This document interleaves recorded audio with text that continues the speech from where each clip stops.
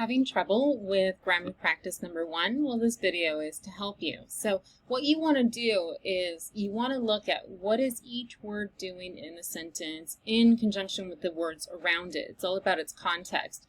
If you just look up the words in the dictionary, they might give you that, they might say it's a certain part of speech, but parts of speech are often determined by what's going on in the sentence.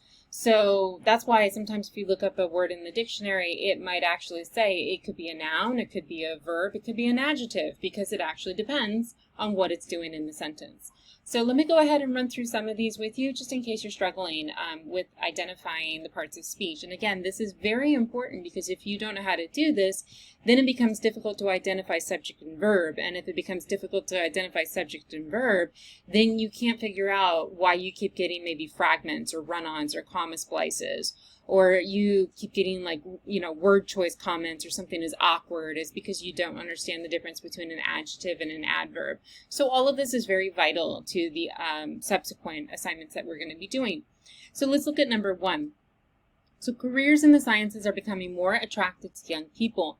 Well, sciences is what's bolded, and the easy way to tell what sciences is because of the word the in front of it. The is what's called an article. The, a, and an are articles, and they usually come in front of nouns.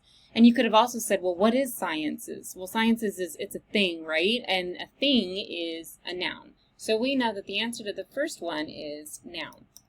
Okay, so then we look at the next one. The next one says, are becoming more attractive. Well, are becoming is your verb, right? What are becoming? So the sciences are becoming attractive. Attractive is a word describing sciences. So if it's a word describing sciences and science is a noun, that makes attractive an adjective. So if attractive is an adjective, what is more doing? More is describing how attractive, meaning it's giving a description of an adjective. So what can give a description of an adjective? An adverb. I know that was maybe a little convoluted, but that's what happens. So anytime you have a word that is describing an adjective, it's an adverb. Let's look at the next one. Hung nearly collapsed in the locker room after a workout. So collapsed. So what happened in the sentence? What is the action? Well, the action of the sentence is collapse. That's the verb. That's what's happening in the moment. So because it's a word that is describing action, it's going to be a verb. So nearly collapsed in the locker room after a workout. This is giving you like a time frame. This is letting you know at what point. It's kind of limiting or qualifying your scope. So that makes the word adjective a preposition. That makes the word after a preposition. Sorry for my dogs. Okay. Number 3. So many companies are having difficulty recruiting qualified employees. So if we're looking at the word companies here, companies, what is it doing? Well, a company is a thing. So again, company is going to be a noun. And then we look at the next word. So the next word is qualified. So what is qualified doing in this sentence? Well, it's linked to what word? It's linked to employees. Like what type of employees? Qualified employees. So then you have to ask yourself, well, what is employees? Well, an employee is a person, a thing, right? So employee is a noun. So words that describe nouns are adjectives, right? So this is describing what type of employee, so a type of noun. So this is an adjective.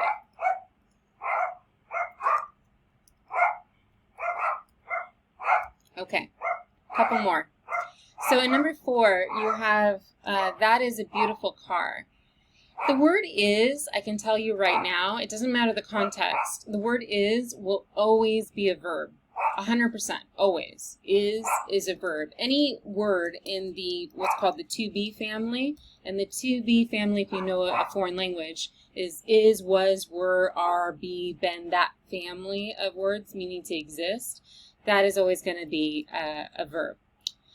Now we look at beautiful. So what is this word in connection to? Well, it's talking about the car, right? And the car is a thing. It's a noun. So what describes a noun? An adjective. So beautiful becomes an adjective.